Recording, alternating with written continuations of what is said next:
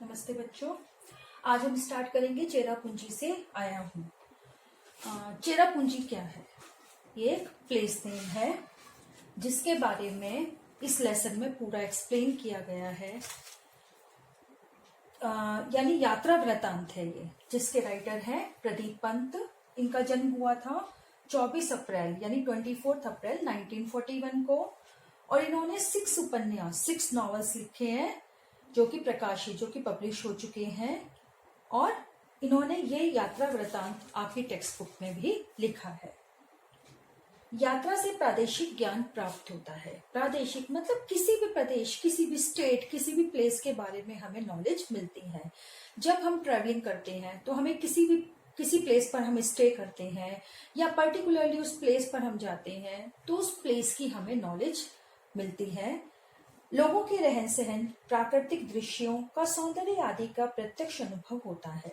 जब हम वहां जाते हैं तो वहां के लोगों का कल्चर क्या है, वो किस तरीके की कॉस्ट्यूम पहनते हैं, मतलब किस तरीके की ड्रेसेस उनकी लाइफ में इम्पोर्टेंट प्लेस रखती हैं, वहाँ के मेन सीन क्या है, मतलब वहाँ की मेन सीनरी क्या है, मेन प्लेसेस क्या है, मेन टेम्पल्स क्या है, इन सब के बारे में हमें प्रत्यक्ष अनुभव यानी डायरेक्ट एक्सपीरियंस हमें होता है। इस पाठ द्वारा छात्र चेरापूंजी का परिचय प्राप्त कर सकते हैं। यहाँ पर चेरापूंजी की नॉलेज, चेरापूंजी प्लेस के बारे में हमें बताया गया है। मेघालय यानी बादलों का घर। मेघालय एक स्टेट है जिसे कि बादलों का, क्लाउड्स का घर, क्लाउड्स का हाउस कहा जाता है। यदि मेघालय का नाम आए तो उसे हम क्लाउड्स का घर, क्लाउड्स का घर यानी क्लाउड्स का हाउस कहते हैं। और मेघालय की राजधानी, राजधानी मतलब कैपिटल है शिलोंग। यहाँ पर शिलोंग लिखी हुई है, वैसे आप शिलोंग कहते हैं। एक हरा भरा पर्वतीय नगर जहाँ हर वक्त बादल उमड़ते घुमड़ते रहते हैं। शिलोंग कैसा प्लेस है जहाँ पर कि हर वक्त एक पर्वतीय नगर, एक माउंटेन से भरा हुआ एक सिटी है, माउंटेन ही माउंटेन है वहां पर, जहाँ हर वक्त हर टाइम पर बादल, क्लाउड्स जो है उमड़ते घुमड़ते, मतलब क्लाउड्स की साउंड दिखाई देती है। कभी सनलाइट होती है, इमिडिएटली वहां रेन स्टार्ट हो जाती है। मतलब कुछ ही सेकंड में, कुछ ही मोमेंट्स में वहां पर चेंजेस होते रहते हैं। इतना बड़ा स्वच्छ सुंदर पर्वतीय नगर उत्तर भारत में कहीं भी नहीं है। जितना बड़ा ये शिलोंग है उतना बड़ा कोई भी प्लेस नॉर्थ इंडिया में कहीं पर भी नहीं है। बहुत ही ब्यूटीफुल और माउंटेन से भरा हुआ ये प्लेस है। ऐसी हरितिमा, हरितिमा होता है ग्रीनरी, भी शायद भी कहीं देखने को मिले। जितनी ग्रीनरी वहां पर है उतनी ग्रीनरी हमें किसी प्लेस पर शायद देखने को मिल भी सकती है, नहीं, कंफर्म नहीं है। शिलोंग से चेरापूंजी की ओर जाता मार्ग दोनों ओर पहाड़ों और दरख्तों से पटा पड़ा है। दरख्त होते हैं ट्रीज, TREE। तो शिलोंग से हम चेरापूंजी की तरफ जाते हैं, चेरापूंजी प्लेस की तरफ जाते हैं तो चारों तरफ क्या है, दोनों साइड्स में, मतलब मार्ग के दोनों साइड्स में यानी रोड के इस साइड में और इस साइड में या तो ट्रीज हैं या माउंटेन्स हैं। मतलब पूरा रास्ता, पूरा रोड जो है ट्रीज और माउंटेन्स से पटा मतलब भरा हुआ है। यह ऊंचा नीचा सर्पाकार रास्ता और स्ट्रेट रोड, मतलब सिंपल प्लेन रोड नहीं है, सर्पाकार, सर्पाकार मतलब स्नेक की तरह से ऐसे ऐसे घूमने वाला रास्ता है। रास्ते को पार करते हुए दिखाई पड़ते हैं बादल। जब हम रास्ते को क्रॉस करते हैं, उस रास्ते पर से जाते हैं तो हमें क्लाउड्स दिखाई देते हैं। बहती है सुहानी हवा और बहुत ही अच्छी हवा, बहुत ही सुंदर कूल हवा वहां पर चलती है। और कभी कभी हो जाती है बूंदाबांदी, बूंदाबांदी होता है ड्रिजलिंग, कभी कभी सडनली ड्रिजलिंग वहां स्टार्ट हो जाती है। तो चेरापूंजी मतलब शिलोंग से जब हम चेरापूंजी की तरफ जाते हैं तो रास्ता दोनों तरफ किससे भरा हुआ है, माउंटेन्स और ट्रीज से, और एक सर्पाकार स्नेक की तरह से ऐसे चलने वाला रास्ता है। और सडनली हमें उस रास्ते पर क्लाउड्स दिखाई देते हैं, अच्छी हवा चलती है और साथ ही सडनली वहां पर बूंदाबांदी यानी ड्रिजलिंग स्टार्ट हो जाती है। हमारी जीप शिलोंग से, अब यहाँ पर हमारी जीप, जो राइटर प्रदीप पंत है, वो जब इस प्लेस पर गए थे तो वहां पर वो जीप के थ्रू गए थे, और जीप में जो बता रहे हैं उनके साथ और भी पर्सन थे जिसके बारे में हम इसमें पढ़ेंगे। हमारी जीप मतलब राइटर और उसके फ्रेंड्स की जीप शिलोंग से 53 किलोमीटर दूर चेरापूंजी की ओर बढ़ रही है। चेरापूंजी और शिलोंग में कितना डिस्टेंस है? 53 किलोमीटर का। मेरे साथ राज्य के एक अधिकारी श्री संगमा और उनके 2 दोस्त बैठे हैं। अब उस जीप में कौन कौन है? उस राज्य के अधिकारी, एक ऑफिसर है जिनका नाम है श्री संगमा, और उनके 2 फ्रेंड्स और राइटर, टोटल 4 पीपल हैं, और हो सकता है ड्राइवर भी हूँ। तो मतलब एक श्री संगमा है और साथ में उनके 2 फ्रेंड्स हैं और उसी के साथ में राइटर भी बैठे हुए हैं। मैं जीप की खिड़की बंद करते हुए संगमा से पूछता हूँ, मैं बाहर से बहुत ठंडी हवा आ रही थी, तो राइटर ने जीप की विंडो क्लोज करते हुए संगमा से पूछा, क्या साल भर यहाँ वर्षा होती रहती है? क्या पूरा साल भर मतलब फुल ईयर यहाँ पर रेन होती रहती है? संगमा कहते हैं, आपको जानकर ताज्जुब होगा कि मेघालय में खपत से ज्यादा पन बिजली का उत्पादन होता है। हाइड्रो पावर के पन बिजली माने पानी से बनने वाली इलेक्ट्रिसिटी, बिजली यानी हाइड्रो पावर। तो संगमा यहाँ पर बताते हैं कि आपको जानकर, मतलब वो राइटर को आंसर दे रहे हैं। जब राइटर ने पूछा कि यहाँ पर पूरे साल फुल ईयर यहाँ पर बारिश होती रहती है, रेन होती रहती है, तो मिस्टर संगमा ने आंसर दिया कि आपको जानकर ताज्जुब यानी सरप्राइज होगा कि मेघालय में खपत से ज्यादा, मतलब जितना यूज होता है उससे ज्यादा पन बिजली का प्रोडक्शन यहाँ पर होता है। हम अतिरिक्त बिजली, जो एक्स्ट्रा बिजली होती है, एक्स्ट्रा इलेक्ट्रिसिटी जो होती है जिसे हम यूज नहीं करते, वो अन्य राज्यों को दे देते हैं, मतलब अदर स्टेट्स को हम सप्लाई कर देते हैं। ऐसा मैं सचमुच आश्चर्य से पूछता हूँ, मैं सरप्राइज्ड हो गया, क्योंकि पूरी इंडिया में कहा जाता है कि बिजली की बहुत ही शॉर्टेज है, लेकिन मेघालय में इतनी एक्स्ट्रा बिजली होती है कि वो अपनी बिजली की सप्लाई अदर स्टेट्स को भी कर देते हैं। तो राइटर सरप्राइज्ड हो गया। संगमा कहते हैं, वैसे यदि यहाँ सभी गांव बिजली से जगमगा उठे तो भी अतिरिक्त बिजली का उत्पादन होता रहेगा। बाद में मिस्टर संगमा ने बताया कि मेघालय में जितने भी गांव हैं, अगर सब में बिजली सप्लाई कर दी जाए तो भी उसके बाद भी हमें एक्स्ट्रा बिजली मिलती रहेगी, मतलब इतनी बिजली का वहां पर प्रोडक्शन होता है। तो मिस्टर संगमा ने क्या बताया राइटर को कि यहाँ पर इतनी ज्यादा पन बिजली का प्रोडक्शन होता है कि हम वो एक्स्ट्रा बिजली अदर स्टेट्स को दे देते हैं। अगर पूरा मेघालय का ईच एंड एवरी पार्ट में बिजली की सप्लाई हो, तब भी एक्स्ट्रा बिजली का प्रोडक्शन होता रहेगा। हम पहाड़ों को निहारते हुए आगे बढ़ रहे हैं। अब राइटर यहाँ पर कह रहे हैं, हम जीप के थ्रू जा रहे हैं, तो हम पहाड़ों को, माउंटेन्स को निहारते हुए, मतलब माउंटेन्स की ब्यूटी देखते हुए आगे बढ़ रहे हैं। सड़क के उस पार पहाड़ी कोहरे से घिरी हुई है। अभी माउंटेन, मतलब सड़क के, रोड के दोनों साइड में क्या था, एक साइड में ट्री है, एक साइड में माउंटेन है, या माउंटेन और ट्री दोनों है। तो राइटर यहाँ पर कह रहा है कि सड़क के उस पार, मतलब किसी एक साइड में पहाड़ी मतलब माउंटेन वैली जो है वो कोहरे से यानी फॉग से घिरी हुई, यानी फॉग ने उस माउंटेन को पूरा कवर किया हुआ है। 3 पर्वतीय अंचलों में बटा हुआ, पर्वतीय अंचल होते हैं माउंटेन्स रीजन्स, मतलब 3 माउंटेन रीजन्स में उसको डिवाइड किया गया मेघालय को। खासी पर्वत, गारो पर्वत और जयंतिया पर्वत, यानी मेघालय एक प्लेस है जिसको 3 रीजन्स में डिवाइड किया गया है। और ये 3 रीजन्स कौन से हैं? खासी पर्वत, गारो पर्वत और जयंतिया पर्वत। और इन्हीं 3 पर्वतीय अंचलों से बने हैं 5 जिले होता है डिस्ट्रिक्ट। और इन्हीं 3 माउंटेन रीजन्स को मिलाकर के 5 डिस्ट्रिक्ट्स बनाए गए हैं। हर अंचल की अपनी अलग संस्कृति है। जो हर 3 अंचल हैं, इन तीनों रीजन्स की अपनी एक अलग संस्कृति, अलग कल्चर है, रीति रिवाज, कस्टम्स हैं, पर्व और उत्सव, फेस्टिवल्स हैं। पर्व और उत्सव का एक ही मीनिंग होता है, फेस्टिवल। लेकिन हर कहीं पारिवारिक व्यवस्था मात्र सत्तात्मक है। लेकिन हर प्लेस पर पारिवारिक, मतलब फैमिली का जो अरेंजमेंट्स है वो मात्र सत्तात्मक है, मतलब माँ को उसमें इंपॉर्टेंस दी जाती है। भूमि, लैंड, धन, मनी, संपत्ति, प्रॉपर्टी सब माँ से बेटी को मिलती है।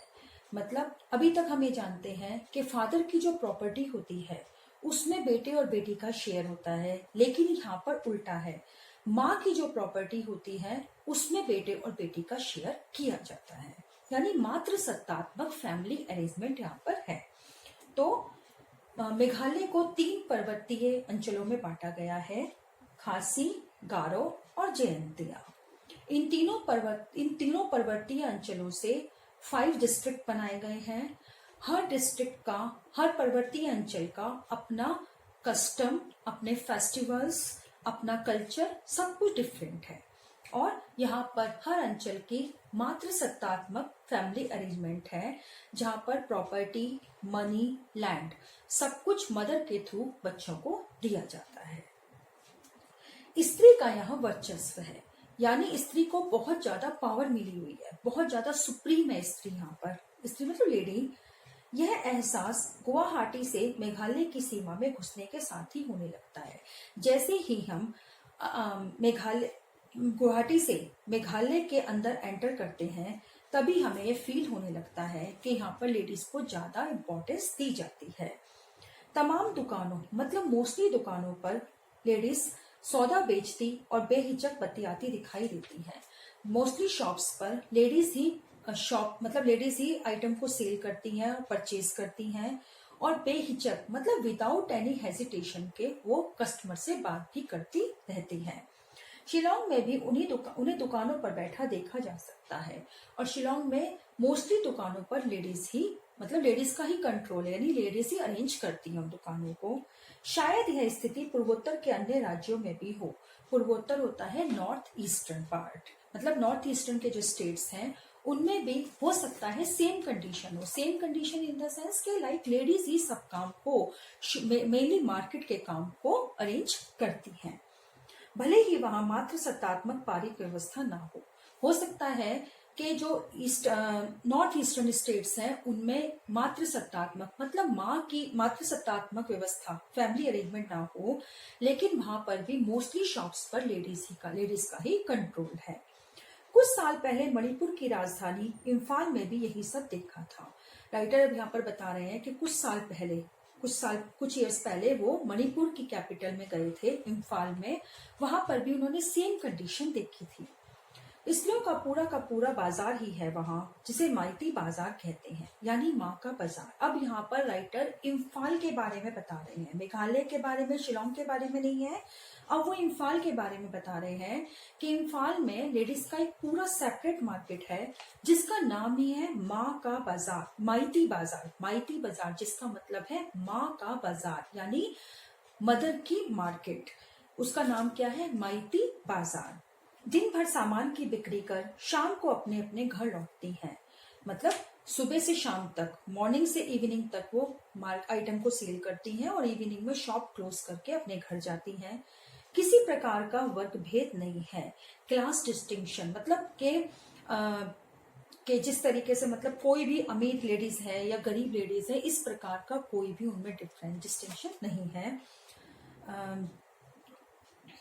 यानी अमीर घरों की स्त्रियां भी इस माइती बाजार में मिल जाएंगी और गरीब घरों की स्त्रियां भी। माइती बाजार में अगर देखा जाए तो अमीर और गरीब दोनों परिवारों की, दोनों फैमिलीज की लेडीज वहां पर हमें मिलती हैं। ऐसा नहीं है कि केवल पुअर फैमिली की लेडीज ही वहां पर आती हैं और शॉप को कंट्रोल करती हैं, शॉप का अरेंजमेंट करती हैं।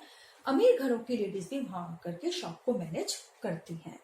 तभी एक मोड़ निकलने पर चेरापूंजी का छोटा सा बाजार दिखाई पड़ता है, और इस बाजार में भी दुकानों पर बैठी हैं महिलाएं।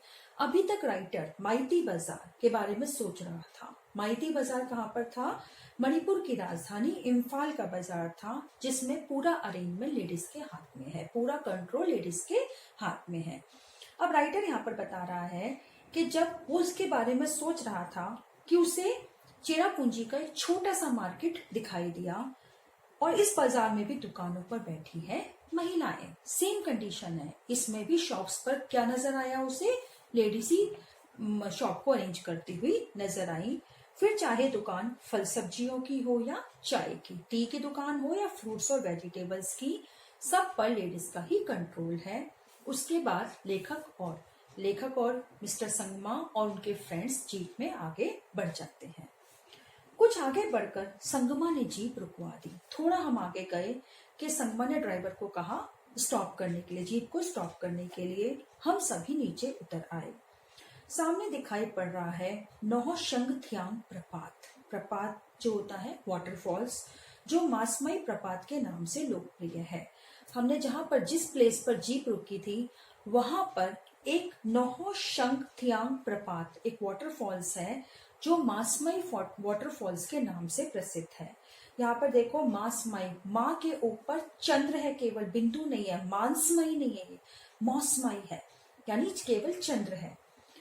ऊंचे पहाड़ से सैकड़ों फुट नीचे पानी लगातार बेरोक टोक गिर रहा है। इस प्रपात में ऊंचे ऊंचे माउंटेन से पानी कंटिन्यू नीचे गिर रहा है, मतलब उसके बीच में कोई भी डिस्टरबेंस या प्रॉब्लम नहीं है, कंटिन्यू वो नीचे फॉल कर रहा है। वह देखिए सामने रहा बांग्लादेश। अब राइटर ने देखा कि सामने बांग्लादेश है। संगमा के साथियों में से एक कहता है, ये किसने बताया? संगमा के जो फ्रेंड्स थे, दो फ्रेंड जो थे, उनमें से एक फ्रेंड ने कहा कि वो देखो सामने रहा बांग्लादेश। अभी अभी जब जीप से उतरे थे हल्की धूप थी और अभी क्षण भर बाद ही बादल घिरे और हल्की हल्की वर्षा होने लगी। अब यहाँ पर राइटर बता रहा है वहां के क्लाइमेट के बारे में कि जब वो जीप से नीचे उतरे थे तो वहां पर सनलाइट थी, लेकिन सडनली बादल दिखाई दिए और बारिश स्टार्ट हो गई। मैं संगमा के आगे अपना पुराना सवाल दोहराता हूँ। पुराना क्वेश्चन दोहराता मतलब रिपीट करता हूँ, क्या साल भर यहाँ वर्षा होती रहती है? संगमा हंसते हुए कहते हैं, पंत साहब यह चेरापूंजी है। राइटर ने फिर से वही क्वेश्चन संगमा से रिपीट किया, क्या पूरे साल फुल ईयर यहाँ पर रेन होती रहती है? अब संगमा ने आंसर करते हुए कहा, हाँ, क्योंकि यह चेरापूंजी प्लेस है। हाँ, ख्याल आया यह चेरापूंजी है। अभी तक राइटर भूल गया था कि वो किस प्लेस पर है। अब उसे सडन से याद आया, नहीं, यह तो चेरापूंजी है, करेक्ट, यह चेरापूंजी है। समुद्र की सतह से कोई 1300 मीटर ऊपर, 1300 मीटर ऊपर होता है 1300 मीटर अप है। समुद्र के सरफेस से, ओशन के सरफेस से ये 1300 मीटर ऊपर है ये प्लेस, जो विश्व में सबसे अधिक वर्षा के लिए प्रसिद्ध है। और चेरापूंजी पूरे वर्ल्ड में सबसे अधिक रेनी प्लेस के लिए फेमस है, मतलब इस प्लेस पर सबसे ज्यादा वर्षा होती है, ऐसा कहा जाता है। हम लोग कभी कलकल छलछल करते प्रपात को निहार रहे थे, कभी पानी से घिरे बांग्लादेश के भूभाग को। अब राइटर कभी तो उस वाटरफॉल्स को देख रहा है जिसका नाम है मौसमाई, और कभी बांग्लादेश को देख रहा है। वर्षा फिर बंद हो गई, धूप फिर खिलाई है। अब सडन से फिर से क्लाइमेट चेंज हो गया, वर्षा स्टॉप हो गई और धूप आ गई, सनलाइट स्टार्ट हो गई। इसी तरह वर्षा धूप, वर्षा रेन, धूप सनलाइट, कोहरे फॉग की लुका छिपी हाइड एंड सीक का खेल चलता रहता है यहाँ।